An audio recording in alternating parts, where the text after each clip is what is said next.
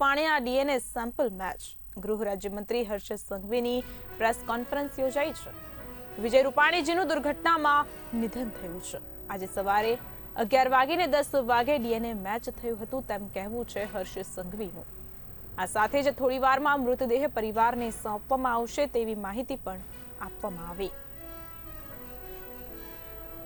गुजरात के पूर्व मुख्यमंत्री हमारे नेता कई सालों तक गुजरात के कोने कोने में जिन्होंने अपना जीवन का महत्तम समय सामाजिक सेवा में दिया था, ऐसे हमारे नेता श्री विजय भाई रूपाणी जी का एयर इंडिया अहमदाबाद गैटविक की फ्लाइट के क्रैश में दुखद अवसान हुआ है।